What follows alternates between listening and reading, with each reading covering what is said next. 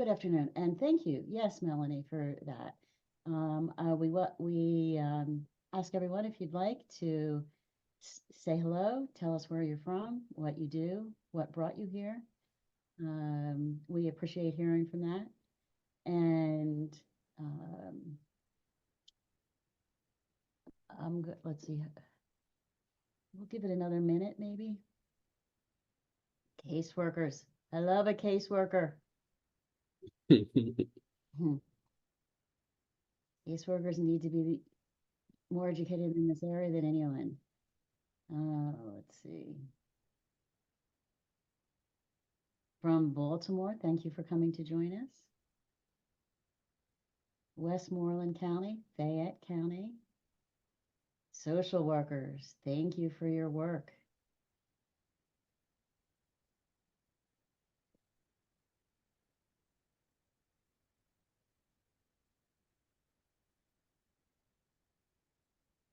Okay, people are rolling in. So what do you think, Jamal? Shall we start? Yes, ma'am. Yes, ma'am. So I'd like to officially welcome everyone to our virtual speaker series for 2024. Today's webinar is Racial Healing with Mindfulness, a different approach to implicit bias training. This is the final of a two-part presentation, which is being provided by the PA Care Partnership in association with the Office of Mental Health and Substance Abuse Services, better known as OMSAS. And with that, I will turn it over to Nancy to welcome our speaker. Before I officially welcome Esther, I would just like to say that I happened to read a short article in a Sunday Inquirer about this woman, Esther Castillo, and this goes back 5 years, 4 years. It's a while, and I was very curious about the work that she was doing. I reached out to her, and she actually got back to me. And since I've watched her grow, and I have grown from knowing her, and I am grateful to say that we have become friends, and she's an important person in my life. I have learned very much from her, and I'm going to tell you that after our part one, how my mind is still just rolling as I look and see and listen, and I suspect that it's going to happen to you all too without you realizing it after today. And I welcome you all, and I welcome our speaker, Esther Castillo, who is a mental health and social justice advocate with nearly 2 decades of experience in education, counseling, and community advocacy. As the founder of the Chinese Immigrant Families Wellness Initiative at the Philadelphia Chinatown Development Corporation, she has been dedicated to breaking barriers to mental wellness in Asian immigrant communities. In addition to her community work, Dr. Castillo brings over a decade of experience in diversity, equity, and inclusion, DEI, matters at various levels of government, philanthropy, and nonprofits. With a PhD in sociology, she specializes in survey development and conducts nuanced qualitative and quantitative analysis. Her true strength lies in driving impactful system change through narrative change efforts and community engagement. Strategies, particularly excelling in engaging diverse communities, including immigrants and the BIPOC people. As the CEO of Bridging Worlds Consulting, Dr. Castillo leads a consulting firm dedicated to providing customized DEI training and services for nonprofits, public institutions, and philanthropies. I invite you all to post your questions in the Q&A, which you will find by running your mouse along the bottom of the screen. Dr. Castillo is going to be opening a slideshow here in a minute and answering and addressing questions from part one. And we're going to have a little time at the end to answer any questions that might come up today. Welcome, Esther. Sorry, trying to unmute myself. Good afternoon, everyone. Can all of you hear me okay? Yeah, I also saw some friends here. So thank you, friends, for coming, and a lot of folks from Philly and different parts of PA. If you joined our first part and coming back for the second part, welcome. So we're gonna start. We have a lot to cover today. But before I start, I just want to also say that I saw the questions that were posed from our first part of the webinar. And I have specifically designed this webinar to address some of the questions from our last webinar. So it might not be a direct way of me answering your question, but I just want to say that your questions were heard. So I have really tailored this second part to answer some of those questions that we saw from our first part of the webinar. Can you all see my screen okay? All right, perfect. So today's agenda, we're gonna just do a quick mindfulness exercise in the beginning to ground all of us. And if you're joining us from your office or your cubicle or your home, just make yourself feel comfortable. We're gonna do that. And then I want to talk a little bit about using storytelling again of my life to think about how there's a connection between each of our story and how we're all connected somehow in this society, and how we're impacted by these biases, discrimination, and racism. And we're going to end up with addressing one of the biggest questions from last time about color blindness, and using these stories that we've shared. So a moment of mindfulness. I just want to invite all of you to answer this question in the chat. I will be reading it. How are we feeling today emotionally? What might be contributing to those feelings?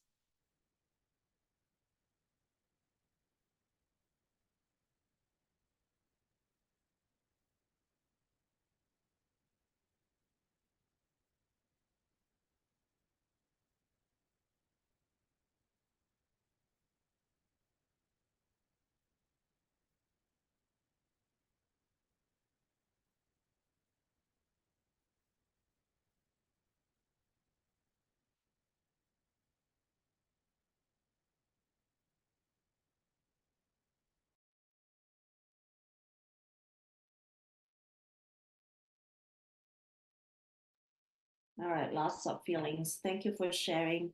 Seems like there are both like tired, some people feeling drained because of texts, some people feel excited, some people feel annoyed, anxious, self-conscious, happy and good, feeling a little stressed, tired, lots of responsibilities at home, conflicted, family stuff, overwhelmed, work and home, pulled a lot in different directions, anxiety, but also motivated.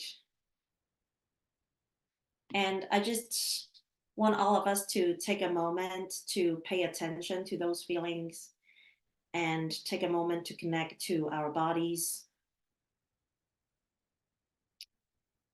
and to take notice of these feelings like a friend visiting us, and just say, "Hi, I see you. I notice that you're there," with no judgment.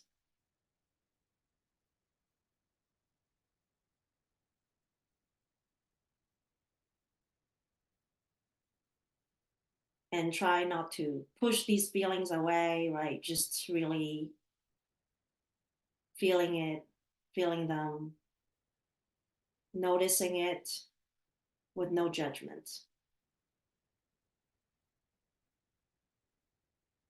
They're not particularly good or bad. They just are. They just here. They're just with us. They're like a little friend to tell us about ourselves. And if you can show a little gratitude, some gratefulness towards these feelings, they're here to try to protect us, right?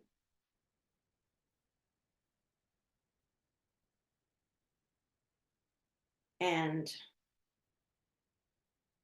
This is just from last time. Again, like notice these feelings with no judgment.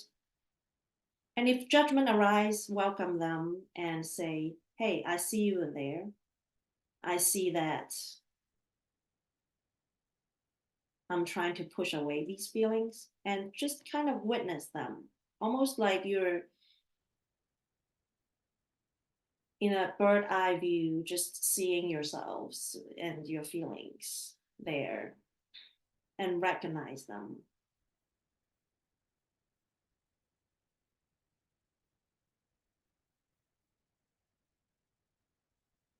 And here I've got a emotion sensation wheel, and I want you to take some time to look through it. Some of you might already have expressed some of these feelings. I remember some of you said you're curious, right? And really try to take a moment to connect that feeling with a bodily sensation, right? If you're feeling curious, do you feel awake? Do you feel the energy in your body?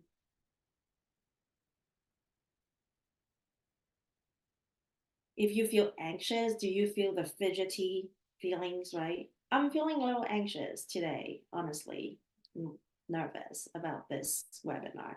So I do feel some sensation, a little fidgety, like a little trembling, numb sensations, like numb hands. That's pretty often for me.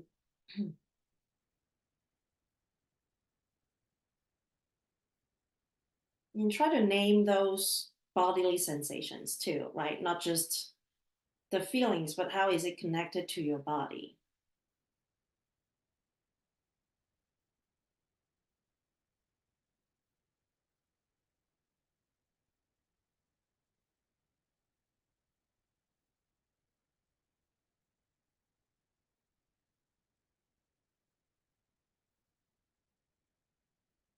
What we're doing here is really connecting the mind with the body. We live in such a society that constantly encourage us to disconnect ourselves from our body, ourselves from ourselves, right? So I'm really trying to encourage everybody to take a moment to take care of us and become more in tune with our bodies.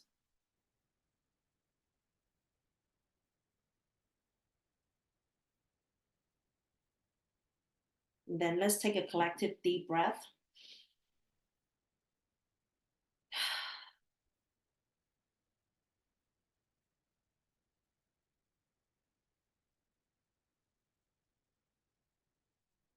Okay.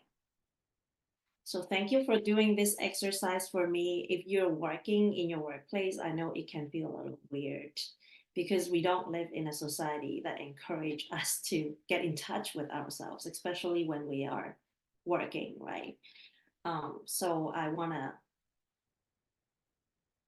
just say how grateful I am and just proud that if people feel like they can step out of their comfort zone and just recognizing that bravery there. So I want to talk a little bit about the connection between a personal story and greater, larger social issues. And I learned this concept, and for those of you who don't know, I'm professionally trained as a sociologist. And one concept that I would teach my students early on in any introduction to sociology class, I don't know if any sociology major here, is the idea of sociological imagination. And it seems like a big word, but it's just like a way, the imagination a sociologist would have. Yay, fellow sociologist people.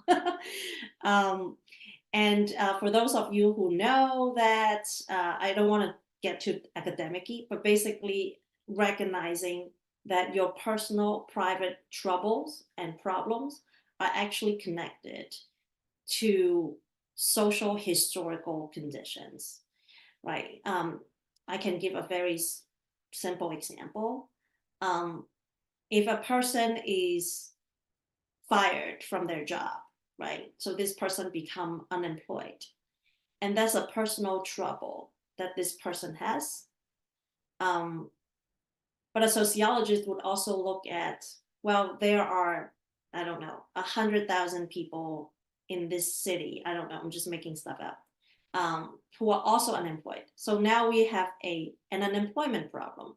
So this individual doesn't only exist in the vacuum, like their individual troubles do not exist in the vacuum. It exists in the larger society. Right. So I want to invite all of us to think about what is the personal trouble that we have today. I know that some of you talked about feeling overwhelmed, feeling tired, and I saw some of you said that they are taking care of an older person in their home, right? And so those are some personal trouble. I myself, I can talk a little bit about myself. I just found out that my daughter has a dentist appointment today. So before this webinar, I was kind of scrambling around with my partner, with my mom to figure out who's going to take her to the dentist, right? So that's like some personal trouble that I have, right? But if we connect it to a larger social problem, we can talk about childcare, right? We can talk about healthcare and all sorts of stuff. And I want to dig really deep and personal into my life today. And kind of then we will lead to talking about some of the more common or buzzword like systemic racism. Because to me, if you cannot connect with a person, then if you cannot connect with a person and establish that empathy with a particular person, then it is very hard to understand something in the abstract. So these are two pictures of me. I went through, like, I'm a Facebook user. I'm like slowly transitioning into Instagram, and I was told by my mom that people don't use Facebook anymore. Anyway, um, and I was like looking through these photos, took forever to load, by the way. The picture on the left was a picture of, must have been like 19 years old or something. That was like, I was going to my first internship. I was a journalism major, so that was the first day of me taking a photo of myself. I don't know why I was wearing jeans, but I don't know. Anyway, the photo on the right was one of the first Christmas that I spent after I came to the United States. I was in someone else's house. I think it was of friends who were staying with a family in DC. A friend of mine who was staying, who spent her high school year staying with a family in DC, and then I was just kind of visiting with them, and that was my first experience of like what Christmas is. And I still don't really celebrate it, other than the fact that my daughter would ask for her presents, but like that, those are the two photos. So I want to talk a little bit about my challenges coming to the United States when I was 19 years old and being new to this country. And I originally came from Macau, China. It's a little peninsula right next to Hong Kong. And for those of you who know now, it is filled with casinos, but it wasn't really like that when I was growing up. It was a Portuguese colony for over 500 years. And then when I was 14 years old, there was a political transition that was happening in which it was quote unquote decolonized. And then the Chinese government basically took over. So I grew up at a time where there was a lot of discourses and narratives and stories around, how to make sense as a person from Macau. And there was a lot of like stories from the Portuguese government about the allure of the West, and versus like, the Chinese government was convincing people in Macau that we needed to erase those colonial history. So there was a lot of turmoil. There were a lot of statues from these like Portuguese general in Macau, and they were being torn down. There were a lot of stuff going on, and I was 14, and there was a lot of stuff going on in me too. As a teenager, I was like trying to figure out, dating and all of those sorts of stuff. But one of the major story that weave through my uh, life when I was younger was this desire for me to go to the West, because I was told very early on by my aunt who moved to the United States that, oh, I would come to the United States to study, to get my college degree. So there were a lot of allure like coming to the West. And I also remember growing up, my mom would constantly argue about politics with my grandfather in their house, about the role of the US um, in the geopolitical space in Asia. Like that was just like way too complicated for me as like, a kid. But I just remember they constantly argue. They argue all the time. And my mom growing up, I remember loving anything American. And it's like, it's modern, it's nice, it's fancy. So like growing up, I just had this like strong desire. I also like listened to a lot of boy bands, like I don't know, like Backstreet Boys, in Sync and all that. Like I was listening to all these songs, like, so that was kind of the context of me coming to America. And also I had this really naive idea that it looks like Times Square anywhere in America, in the United States. So when I thought about the United States, I thought of Times Square in New York. So when I came over to the United States and I landed in Havertown, it's like this suburban town right outside of Philly.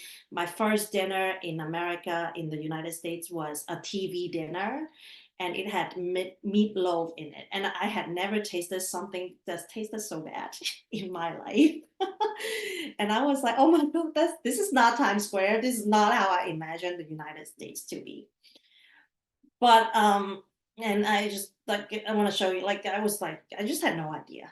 I was like clueless. I was learning English. I was so nervous going to McDonald's to order a combo meal. And I'm still like, I still feel that in my body of like how nervous I am to have to walk into a McDonald's to order a combo meal. I'm I still feel that fear in me thinking about that moment.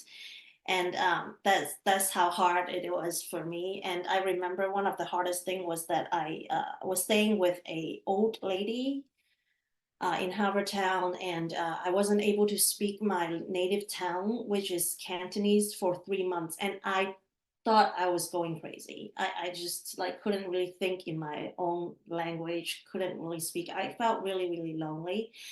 I started out my college life in Delaware County Community College, and they later on transferred to Temple University. I had no idea what I was doing in college. I don't know what major I should have. I didn't going into Delaware County Community College and making the decision to transfer to Temple was pretty straightforward to me because Temple gave me a $3,000 scholarship. That's how little it was, but in my mind, it was like a lot of money. So I was like, well, this is the only school that offered me something. So I went. I did not go on a campus tour. I did not go on orientation. I didn't know what I didn't know what office hours were. I just had no idea. I didn't know like that I'm supposed to have a college advisor at all. Yeah, and I felt really alienated and isolated throughout my whole college life. And later on, I met some other students who were looking for housing. So we became roommates, but then we couldn't really afford any housing in Philadelphia. Uh, so I remember I was staying in Upper Darby, and I would take a bus to take the L train at 69th Street Station. And then I would transfer from City Hall to Temple. It's like a long ride. Um, so I had a pretty low sense of belonging. I later on decided that I would like major in journalism. And I was told by these people in my class that I was supposed to get an internship. Um, but I just don't know what an internship is. I've never heard of it. And then some college counselor like signed me up for a job with city paper. Is for those of you who are in Philly, I don't know if Philly Weekly still is around, but there was like city paper and Philly Weekly. And I thought I was going on an editorial internship, but then later on just to found out that I was placed in the porn section. I don't know if you remember like those city paper, they used to have like ads with um, like adult ads. I was put in that. I was put in that section to put in the ads in the in for the publication, and it was an unpaid internship, and I didn't learn much honestly, other than like, oh, it's interesting ads, you know.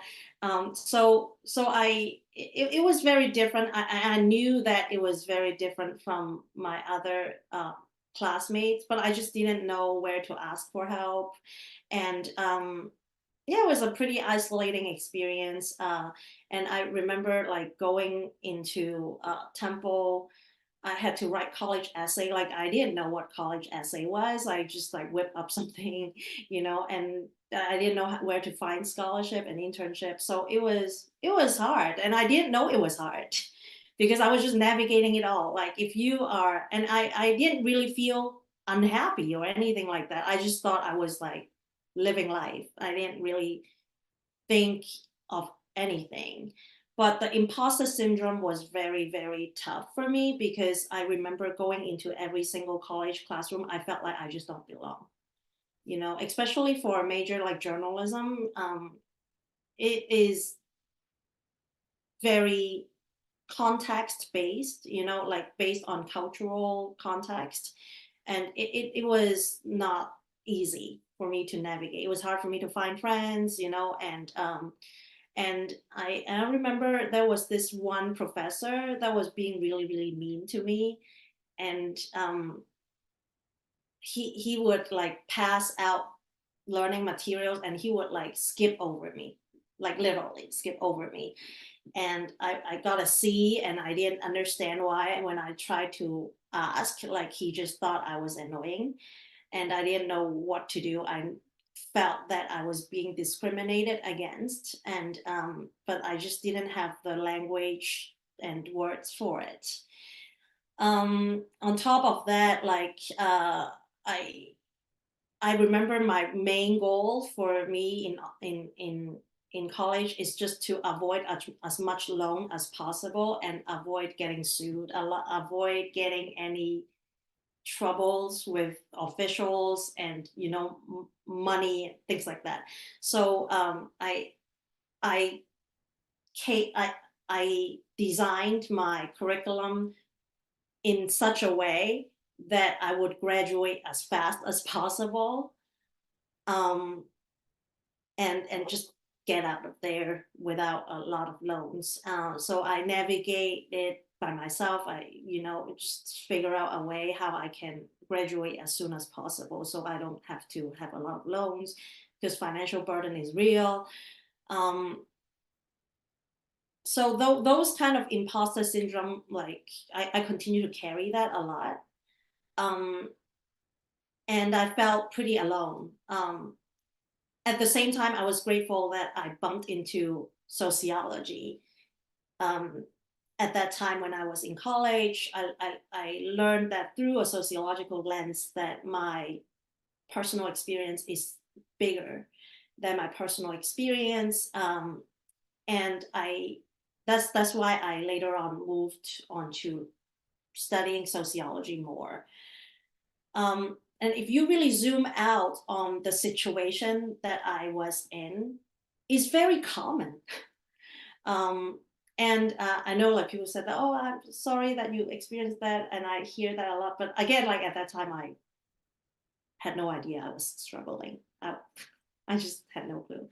Um, but if you zoom out on my experience, like no wonder I felt very alone, right? And I'm just looking at, you know, I was gathering some statistics for this webinar and just looking at the percentage of first generation college students by race. This is pretty recent data. So I'm sure that when I was in college, the numbers looked different. But even today, you see that like 40, if you look at the data, 45.8% of first generation college students are Hispanic or Latino or Latina or Latinx, right? So it's very common. So it's almost close to 1 in 2, right? So it's almost close to 1 in 2 Hispanic students is a first gen students, right? 32% Black, like 32% of Black students are first gen students. Then you have Asian, 27% of Asian students are first gen, right? And then you can read the numbers. And I remember when going to college, I noticed that a lot of my white classmates just seem to have everything figured out. And I just really wanted to be like that. But I wasn't feeling comfortable to ask for help because I just didn't feel like I belonged. So that's like this. Why I'm sharing this story is because I want to share this connection between my own story, my own experience, with what so many are also going through. And as I told you, I had an internship, and it was also unpaid. I was, and but then I met some really cool people, so it was good overall, like in retrospect. But then now knowing the inequity, it was absolutely not okay. But still, until this day, like we're looking at data from 2019, right? 74% of paid interns were white, and only 6% of paid interns were Black. Hispanic students made up 10.2% of unpaid interns. Paid interns average 1.4 job offers, and unpaid interns average 0.9 job offers, right? So if you get a paid internship, it's more likely that you get a paid job, you get a job offers. And it's more likely that for white folks to get a paid internship. And later on, like now, at my professional juncture right now, I understand that most of the opportunities are presented to you through folks that you know, and to build relationships. And at that time for me, like I don't know how to build relationship. I don't know. I just have no clue. So like those, and then I'm just continue to reading the statistics. So those with a paid internship earned a median income, median starting salary of $67,500, and those with an unpaid internship also start earning like much less, with like a starting salary of 45,000. So you can kind of see how these inequities continue to perpetuate a long race line. And as I told you in my story, that later on I decided to pursue sociology.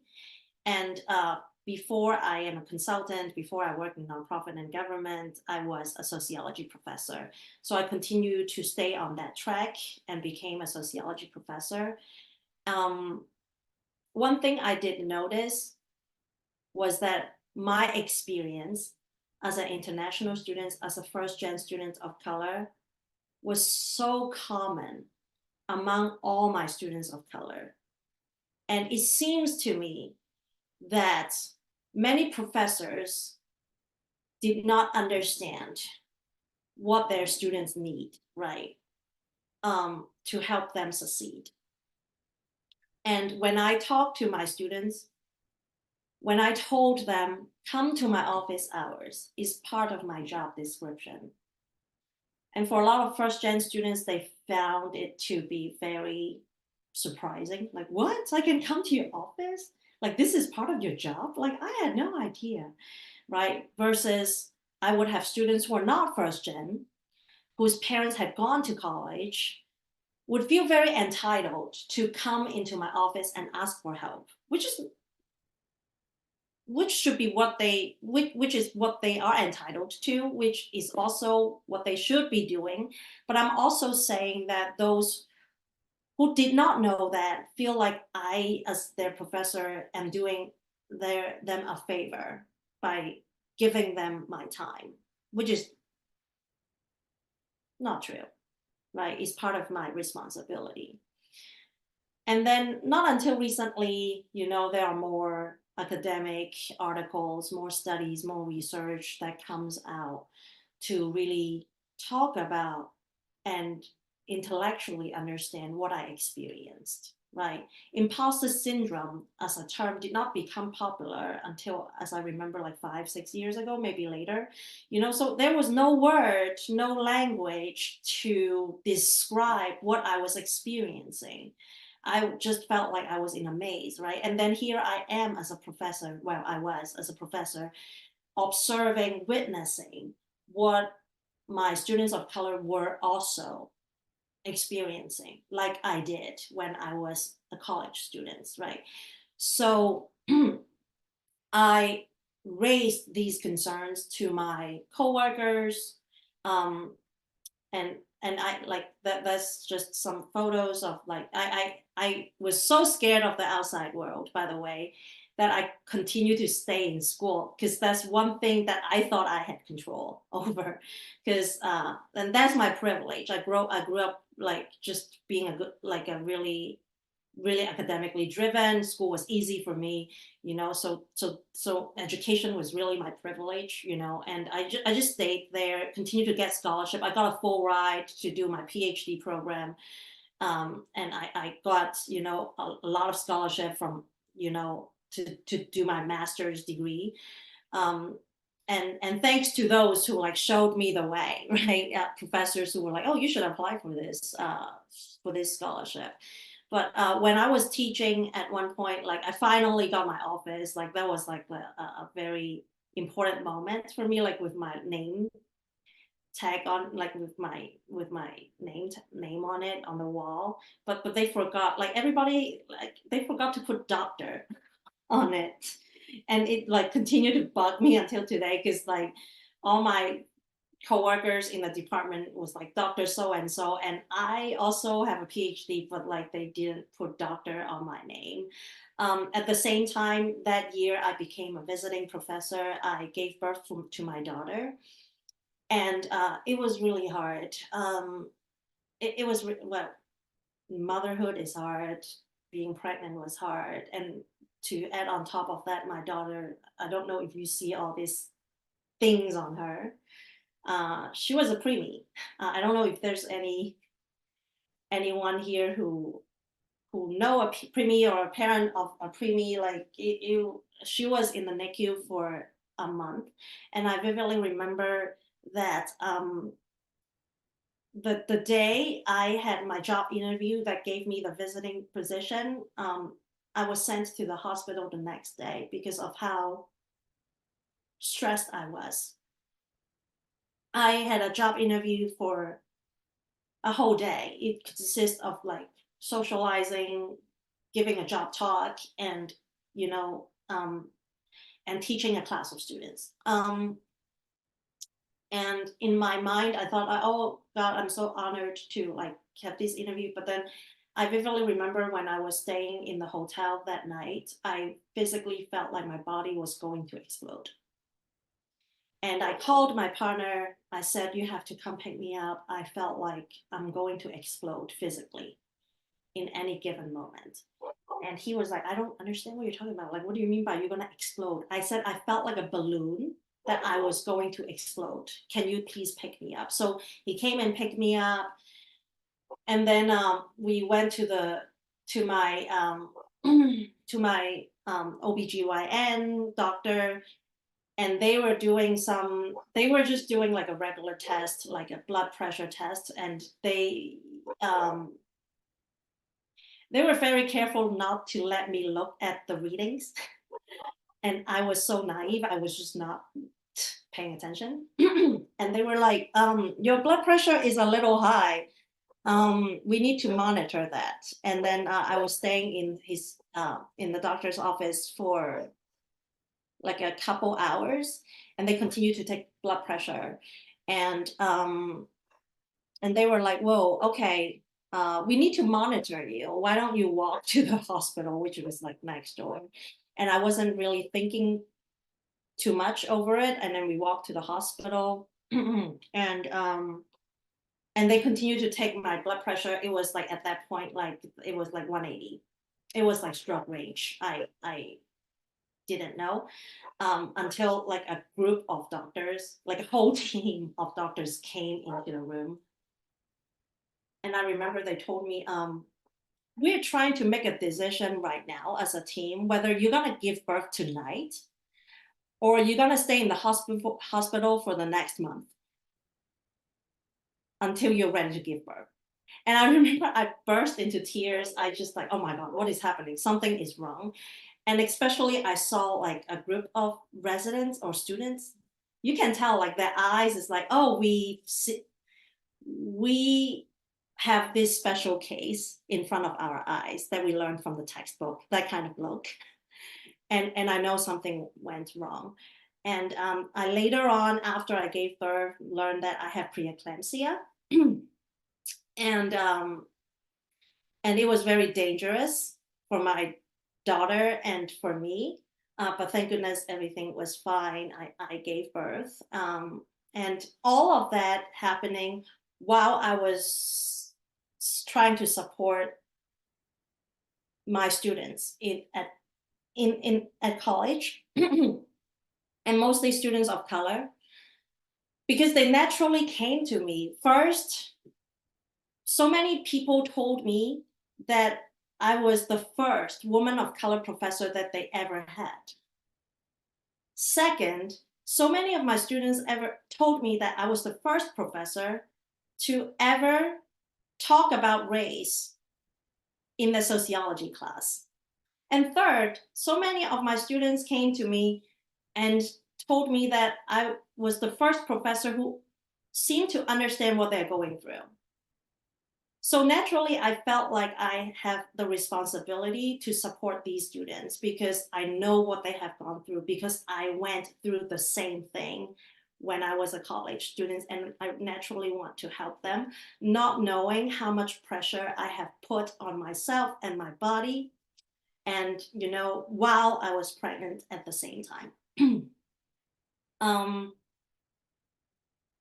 And I want to also like say that it was so rare that people talk about race. I was invited by some Black students to be the speaker of the Black History Month. I was like, no, you don't want me to be the speaker of Black History Month. Let me connect you with someone who should be speaking, but not me, right? So like it's hard stuff, right? And then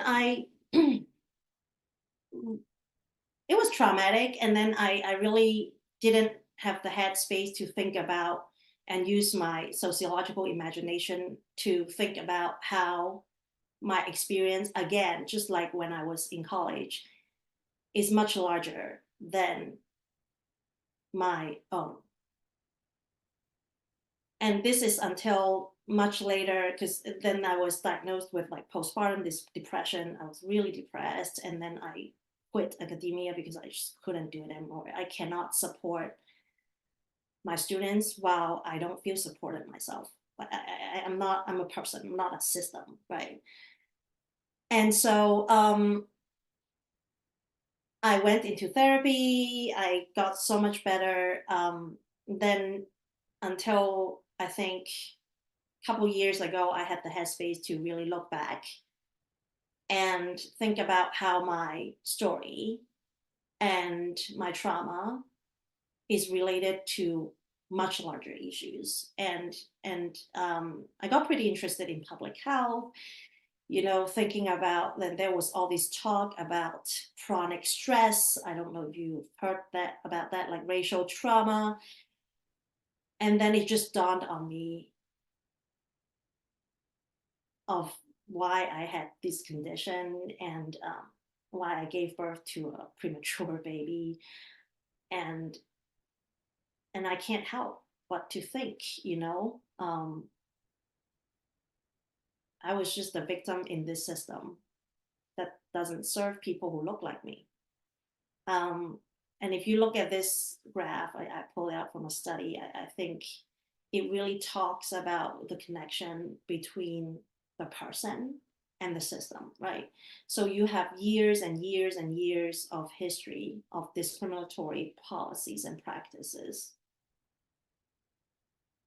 that creates a system in which women of color disproportionately are exposed to stressors, right? Like the stressors that I just shared in my story, including barriers to resources. I talked about it when I was in college. I didn't know what to get those resources, right? The racism that I faced, you know, transportation barriers, you know,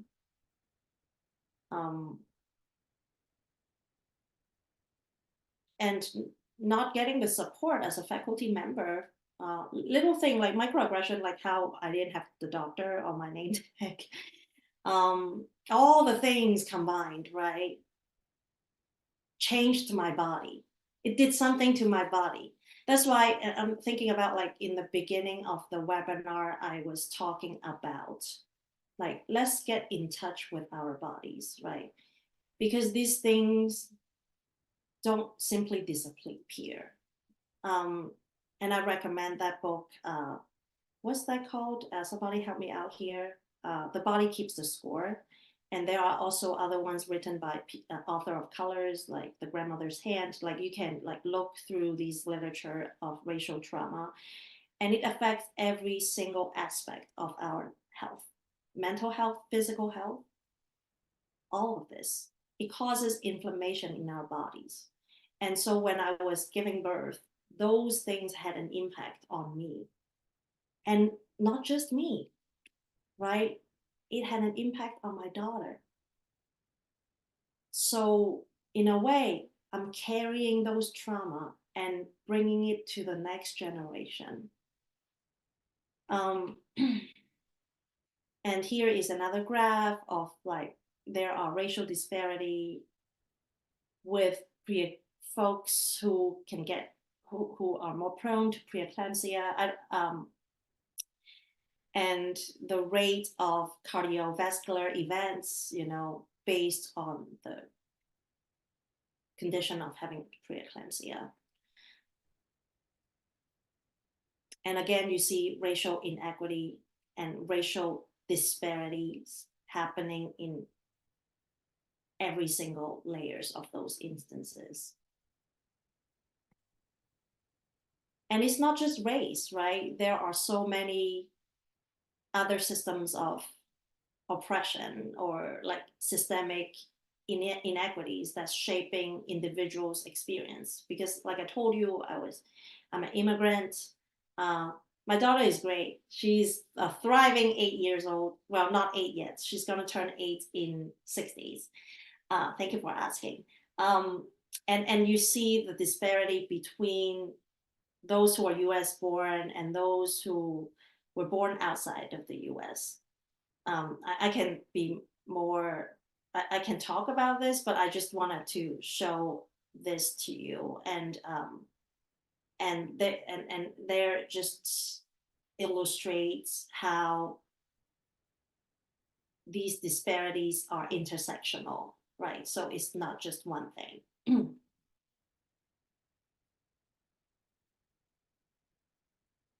And at that time, while I was going through pregnancy and nursing a premature baby, I was in academia and just couldn't help but notice that in so many rooms that I go to, I am always the only woman of color. I'm always the only woman of color. And I remember in these faculty meetings, and also I was invited to a lot of these diversity dinners and things like that. And I would hear jarring things that come out from the mouth of these professors. Jarring things. Things like, oh, I can't help but notice that all my low performing students are all Black. And then I was like, what? That's not happening in my class. Because and it's just like the level of microaggressions, like, towards my students and towards me, right? And at that time when I was teaching, I had a group of Black female students told me that the luncheon lady, the person, the woman working in the cafeteria, made them put down their backpacks when they enter the cafeteria. And sorry, trigger warning, like, but then those are all the things that I was experiencing, and I was trying to protect the students. I brought it all the way up to the provost, and again, people were trying to sweep these things under the rugs. I have students who was going mental health crisis. I have students who were physically assaulted by other students.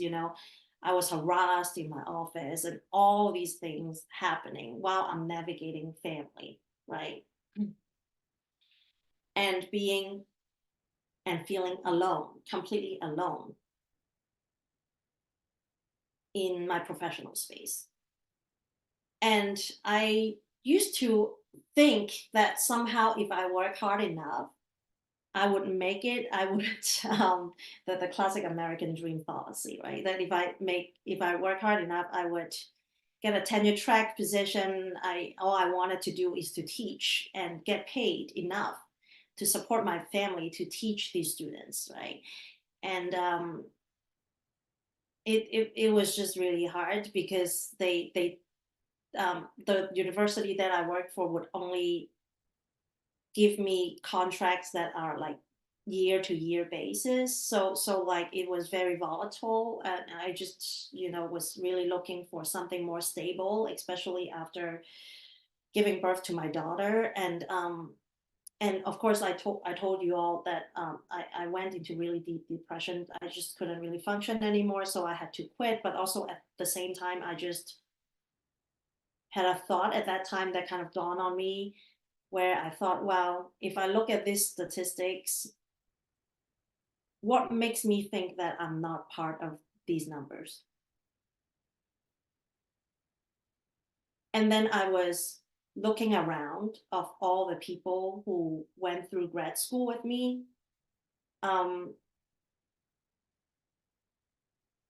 And not surprisingly, all the women of color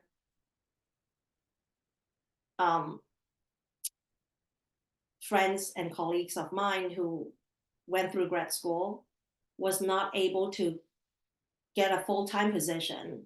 So a lot of us were adjuncting in different positions in different universities, trying to make ends meet. And then I looked at like the white men who went through the same program, and they got multiple positions offered to them, right? And I'm not saying that, oh, I'm not making this comparison based on no context, but then I'm like juxtaposing it with the statistics that I was looking at, right? How do you explain away this kind of statistics? Like, and then how it is so neatly aligning and fitting into my own narrative. And then we can really begin to understand what systemic racism does to people on the ground. We're talking about real people. We're not talking about numbers, right? Because each number that is represented in the statistics, right, there is a person behind that number. So I really want you to focus on those stories, right? So when next time you hear somebody presenting a data, I want you to really think about those stories behind each of that data point, and really start to develop some empathy and emotional intelligence and emotional strength to digest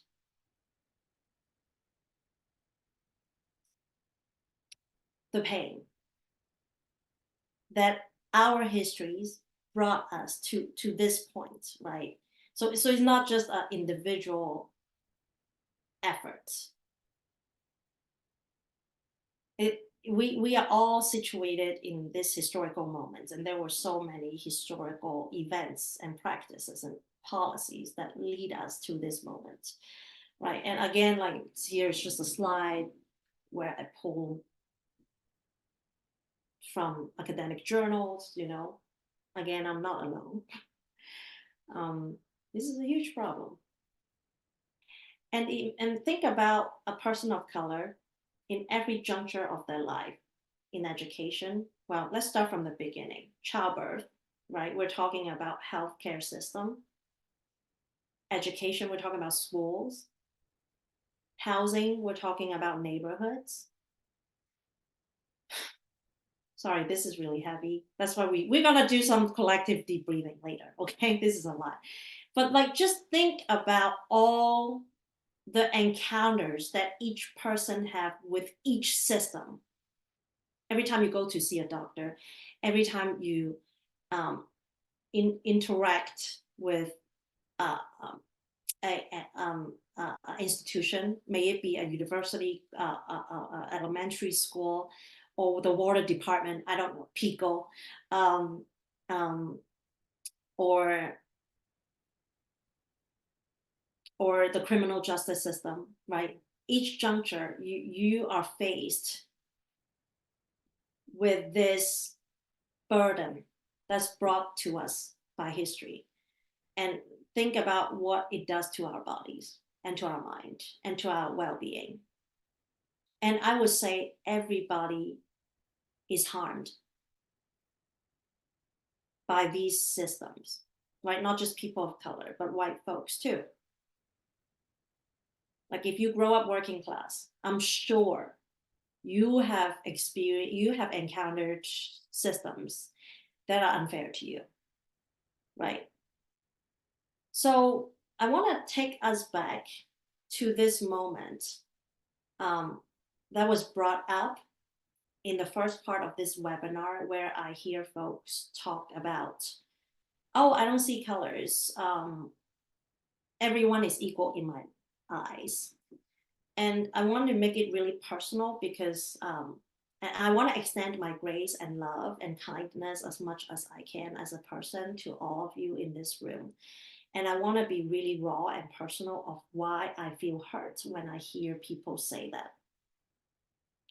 And when you say that I don't see colors, in my understanding is that you are pushing away my realities. You're pushing away. You are telling me that you don't want to see all the experience that I have lived through my life. That you don't want to see that because it is too uncomfortable, it is too painful. And so you're pushing away my humanity. You don't want to see me as a person. You are dehumanizing me. Because what you're essentially saying, like what I heard, is that, well, those things don't matter to me. But those things matter to me. Those things matter to me because those experiences shape who I am. Those experiences are the reason why I am who I am today.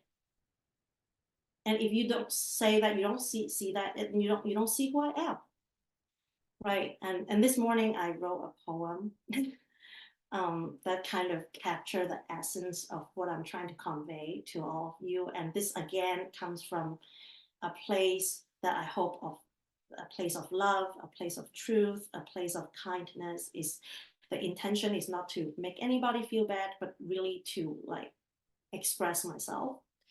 And I'm just gonna read it. In the tapestry of my being, my racialized tells weave threads of struggle, pain, and triumph, each moment coded in the fabric of my soul. Through trials endured and battles fought, my essence, sculpted by these memories, bears witness to the resilience within. To gaze upon me and deny the colors unseen is to rob my narrative of its vibrant truth. For within the spectrum of my existence lies the essence of my humanity, rich and true.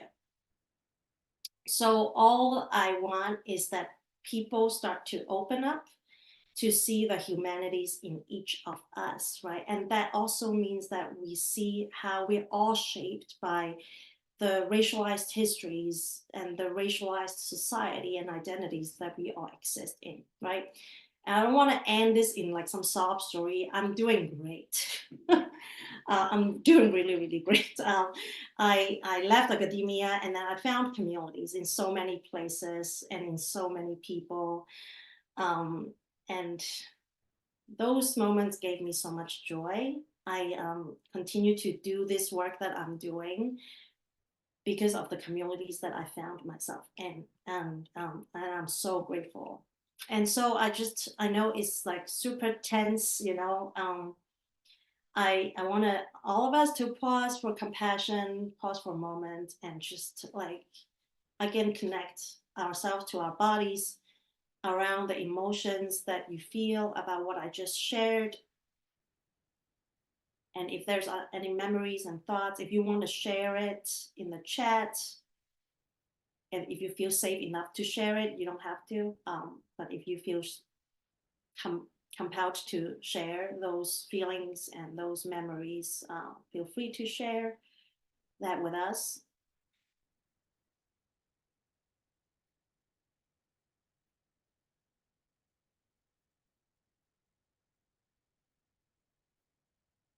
And then take a moment to connect those feelings with our bodies.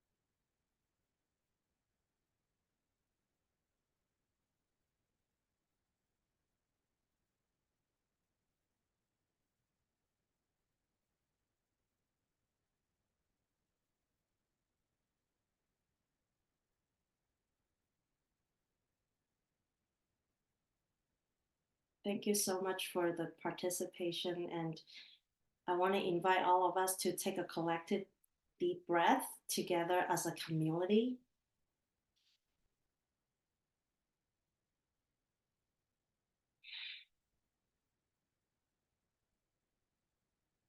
Thank you for all the comments. I feel really grateful and just really happy that, you know, like we go from part one to this part two, where we starting to connect the dots of the personal to the systemic, right?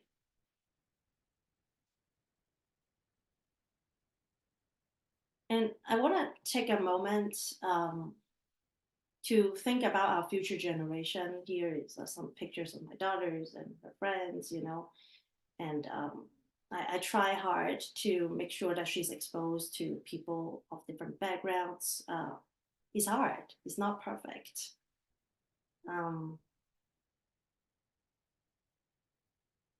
And I remember the picture on top with her and the white girl, like that's her best friend. We shared a nanny with their families when she was young. She was like, I think they spent the first 2 years of their lives together very closely. And I remember having this conversation with the girl's mom. And one time, I think we were at the park or something, and then her daughter told the little white girl, like her daughter told her mom that Teresa, my daughter, looks like the other Asian kid in the park. And then I think the mom was shocked and horrified to hear her daughter say something like that, and told her daughter to, you know what, like we're all humans, like we don't see colors, like those kind of narratives were like shared with me. And then we had a heart to heart about like, no, I want your daughter to see my daughter's race. And we talk about race in our family all the time. I talk to Teresa about race all the time. Um, and including like anti-blackness in the Asian community, which is like real. And there's so much to be done. And there's no perfect solution. I don't know how. I just don't know how. Like I is not going to be perfect, but we're just all trying our best, right, to navigate these really difficult conversations.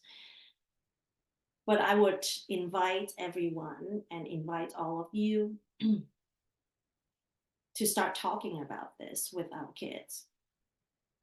And this is from the studies, like some research studies that talk about when children learn about race, which is very young. And I want you to look at, like, by 30 months, like we're talking about stage 2 here. Children use race to choose playmates. Expressions of racial prejudice often peaks at ages 4 and 5. And by 5, Black and Latinx children in research settings show no preference towards their own racial groups. Compared to white folks, white children at this age remain strongly biased in favor of whiteness. And I don't know if you saw this study with the dolls of, like, children were asked if were given different options of the dolls with different skin color, and almost all the children thought that the dolls with the darker skin color are the bad kid, or they are less desirable, or they're less well behaved, right? And we're not only talking about white children, we're talking about children of all backgrounds, all racial backgrounds. They said the same thing, right? And so that really leads us to really have to think about how racism is not only externalized but also internalized, right? So this is not just the work of white people, this is the work for all of us, right? We all have internalized racism, we all have internalized anti-blackness in us. How do we catch those moments? That kind of like goes back to our first webinar of catching ourselves having these biased thinking.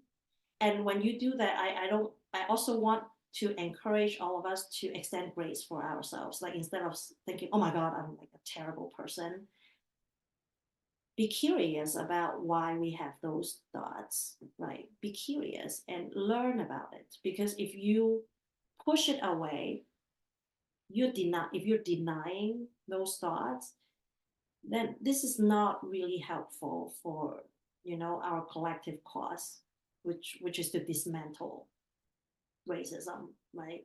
And if we are serious about dismantling racism, then we have to get curious. We have to develop self-compassion for us and our children. Because believe it or not, like, our kids watch us everywhere. If I feel shame and guilty, she can sense it. Like, I know my daughter can sense it. And that sends the signals to our children, oh, this is something that we don't talk about. Right? We don't want that. We want to invite curiosity. And I want to show this slide again. And this time I added 2 things with ageism and folks who are large-bodied, and I want to thank Jody for sending me an email and adding it to my list. And if you have any feedback, comments, I welcome them. Feel free to send me an email. Feel free to connect with me on LinkedIn, right? And I know that this webinar, we focus so much on racial inequity and racial disparity and racism. I also want to call out all these different systems of oppressions and marginalized identities, right? And I'm just going to repeat what I said last time. If you look at the left, we've got a list of historically dominant identities. Again, they are not exhaustive. They're not comprehensive. They are just my attempt to capture as much as I can in this PowerPoint slide, right? So white man, non-disabled, neurotypical, heterosexual, cisgender, native-born, citizen, wealthy, Christian, adult, ideal, quote-unquote, body type, right? Most of us fall into at least one of these categories. And if you look at the right, with this list of historically marginalized identities, if you read through it, all of us again also fall into at least one of these categories. So why do I want to show this? Again, like I just talked about, it is important to see people and their identities, right? So they are important because the world is not equal, at least not yet, right? Because all these inequities, all of these disparities exist across these lines because of history. But at the same time, I want us to see the humanities in each other, that we are more than just our identities, right? It's just a gentle reminder, right? That we don't flatten those things, right? We don't go home and say, well, Esther shared these stories of hers. She was, and she was a Asian Latina woman, immigrant. So now every time I see someone who looked like Esther, they must have the same story as Esther, right? I trust that you would know that these things are a lot more complex, and that we see the complexity and the nuances in everybody's story and see their humanities. So let's pause again. And I invite you to share this again. Maybe some bodily sensation. If you shared feelings or emotions just now, I want you to put it in the chat. Like, what does your body feel like?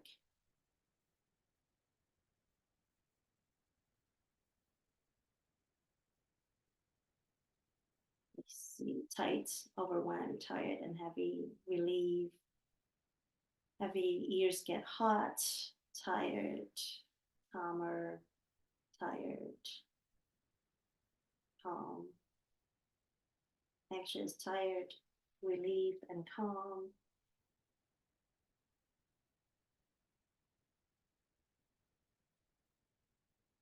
Emotionally drained, sense of heaviness in the chest, little stomach flips. Thank you for sharing.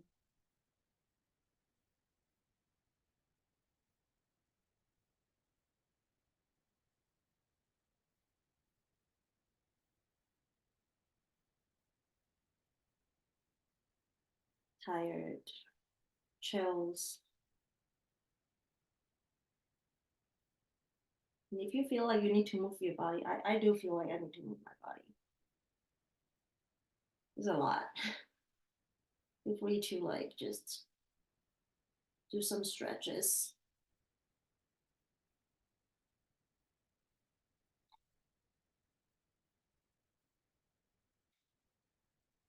It's a nice day to go for a walk. I definitely need a walk after this.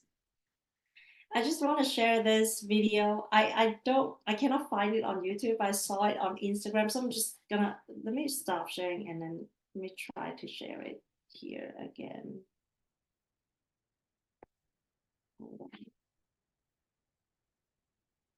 This is a short clips from the show Cosmo. It talks about trees, but I just find so much inspiration in this video that I just want to share with y'all.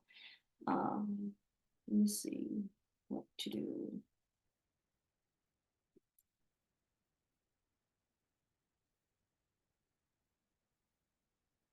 Share sound. Okay.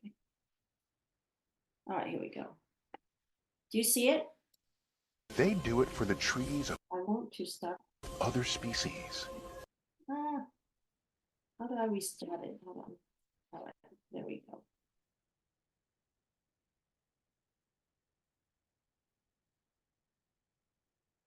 Is cut down in the forest. Other trees reach out to the victim with their root tips and send life-saving sustenance, water, sugar, and other nutrients via the mycelium. This continuous IV drip from neighboring trees can keep the stump alive for decades and even centuries. And they don't only do it for their own kind. They do it for the trees of other species. Why? Is it because they know that their lives depend on the health of the whole forest, and even on beings very different from themselves? Is it possible that the trees can think in longer terms than we do? So that's all. I really love this video because I feel so inspired by the trees that they seem to have a consciousness where they understand that to maintain the health of the forests, ensure the survival and the well-being of all the trees in the forest. So I just want to invite and encourage all of us to think about the forest, the environment that we live in. 3 years ago, I started a community program to promote mental health in the immigrant communities. And the slogan that we have was community is where wellness begins. So instead of focusing on the individual, we're focusing on how to cultivate a community and an environment where people can thrive and can take care of each other. And so I would invite you to think about the communities that you are in. How do we foster that understanding in the community that you find yourself in? How do we think more like trees? How do we think more long term?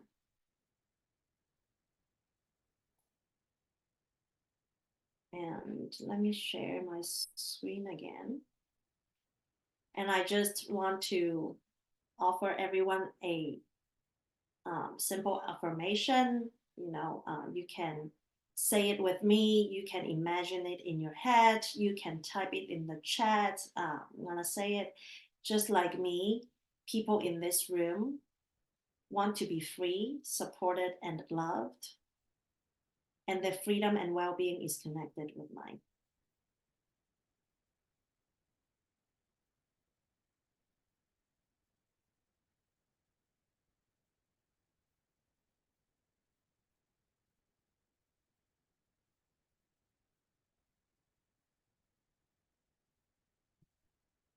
And want to end this webinar and this workshop by also saying that this is only the beginning. If you just started thinking about race, thinking about your own healing, starting the journey of racial healing, like this training is just a glimpse, right? It just creates this opening. That's my hope. It creates an opening to start building up those mental muscles, right? Building up those emotional strength to talk about the issues, to think about the issues, to question yourself, to, get curious, to be more mindful when you go about your daily lives, right? Those set of questions that I ask about your personal life, right?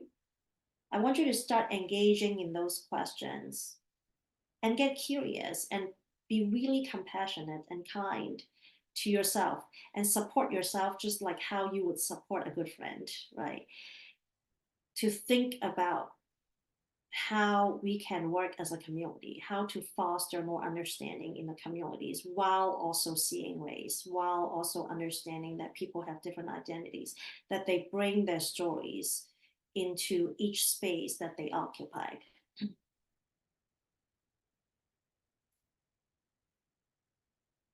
And then now we just gonna do a really quick exercise and then I'm gonna wrap it up. I want us to remember a time when you felt calm, competent, or good in some way.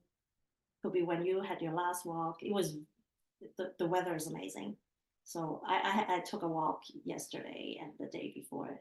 It just made me feel good, made my body feel good. Maybe maybe walking is not your thing.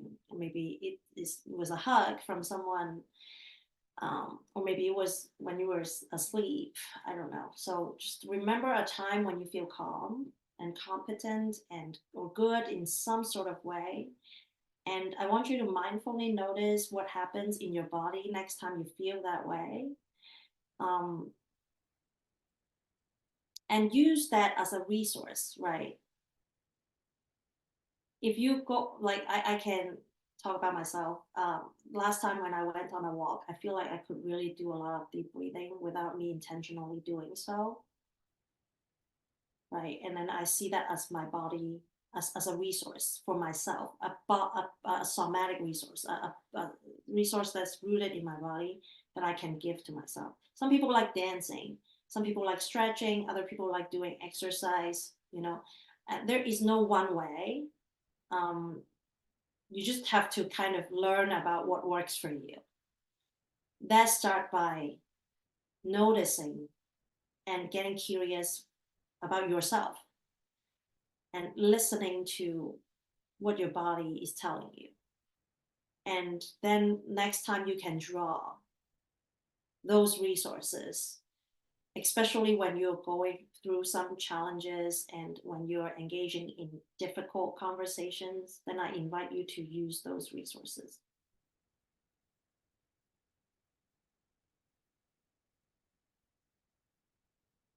And that's all. Thank you so much. And like I said, I welcome any emails, you know, LinkedIn inbox messages. If you scan this QR code, it goes to my LinkedIn and we can connect. You can email me if you have any feedback, any message you want to make sure that I get it. You can email me.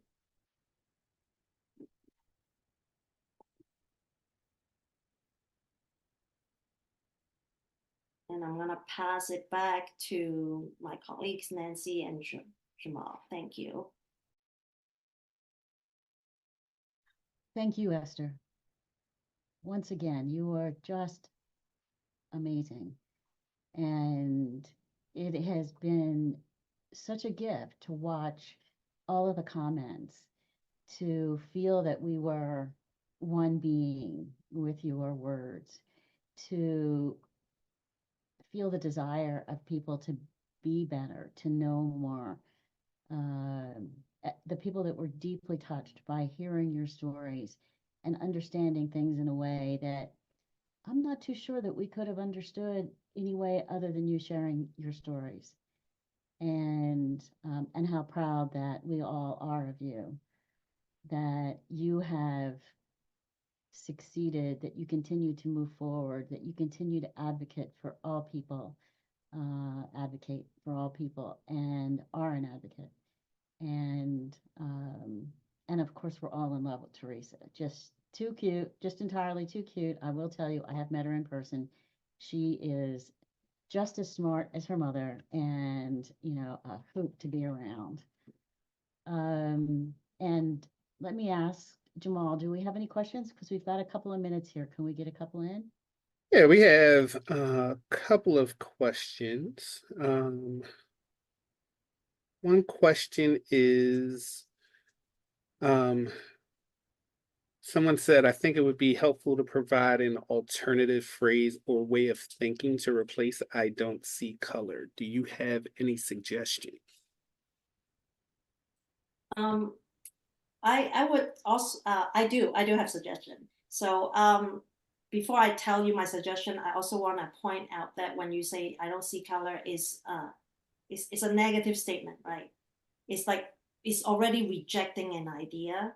So instead of like rooting it in something that you reject, it would be better to root what you're trying to communicate in something that you believe in, right?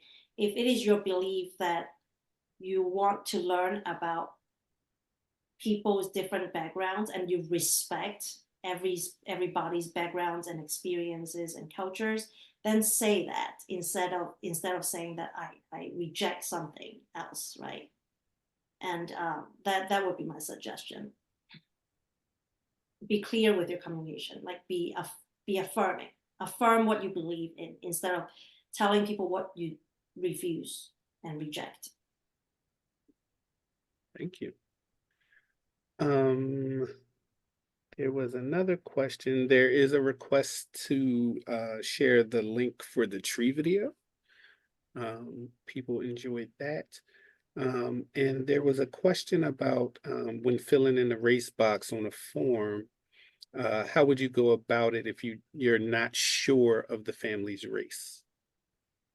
I think the census is changing, especially for Asian Americans. I think next time we're gonna see some other variations. But the census has always been changing, especially when it comes to capturing race as a category, as most of us know that race is a social construct. But then at the same time, there is some need from, especially from the government, to categorize and put people into boxes. So it's always a hard thing. For me, I check multiple boxes if I can. Um, and a lot of folks have been advocating for more choices so then they can see themselves more represented. I think the newest one is like North African do not see themselves, some like white presenting North Africans do not see themselves as white, but then historically they have been checking the box saying that they are white. So things are changing as we speak. I would just say go with what you feel most comfortable with. And as a researcher and people on the other side analyzing the data, sometimes with too much information, it's also hard to put the patterns together. So it's like a tug of war, like how many choices do we offer people in order to make meaningful analysis? Right. And at the same time, do we want to be flattened into those categories? No, like we are all individuals and we have our unique experiences and stories. It's never perfect. It's always, to me, it's like this tension between wanting to be represented and also wanting to be seen fully. And it's not a perfect scenario. But yeah, I pick whatever that feels most authentic at that moment, and it can change from day to day, to be honest. Thank you. So with our time, going to ask one more question to see what you think about this. Emily said, I thought it was really interesting what you said about the I don't see color comment. I am white, and I always feel uneasy when I have to describe someone. I shy away from saying my Black neighbor or my Indian neighbor. Would it be better for me to just say those things? I I personally don't see any problem saying that my Black neighbor, my Asian neighbor. It's just like like if somebody described me as an Asian person, it's just like somebody describing me with glasses. It's just a fact. Mm-hmm. And so I don't see why there is a need to shy away from it.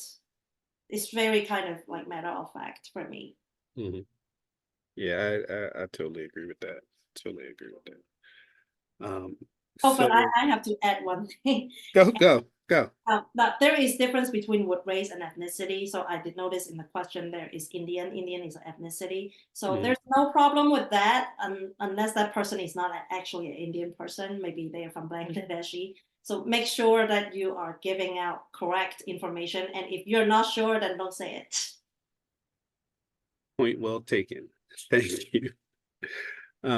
Looking at our time, it's 1:28. I want to be respectful of everyone's time. I want to say thank you again, Esther, for a very thought-provoking um, presentation. And I want to remind everyone to continue to have the conversations, continue to have these conversations. They can be uncomfortable, but I think it brings about understanding and acknowledgement. The more we have these conversations and the more we have these conversations, then I think we can see change because we'll force that change. So with that, I'll pass it back over to Nancy to close us out.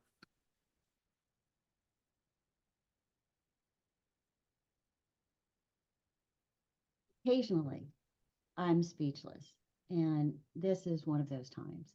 I'm usually the one who talks and talks and talks, and there was so much said and done today, and there is no doubt in my mind that Dr. Castillo has impacted our lives today. And I can only say thank you and be grateful and see her spirit going out throughout the world. And so glad for all of you that are here and are going to be sharing their wisdom. And I do hope that you all reach out to her and have her come to your offices or your groups or whatever it is to continue this learning, because as she said, this is just step one. And I thank her for choosing us to do this with today. Thank you, everyone. Thank Take a you. walk, do something fun and light. This is tense, so make sure you take care of yourself. Eat something you like. Ice cream. Ice I know. cream. What was it? The game. That your husband and daughter were playing in Dallas. Pokemon Go. Pokemon Go. There's a way to have a fun walk. Pokemon Go. Yeah. All right. Thanks, everyone. Enjoy the rest of the day. Bye-bye. Bye.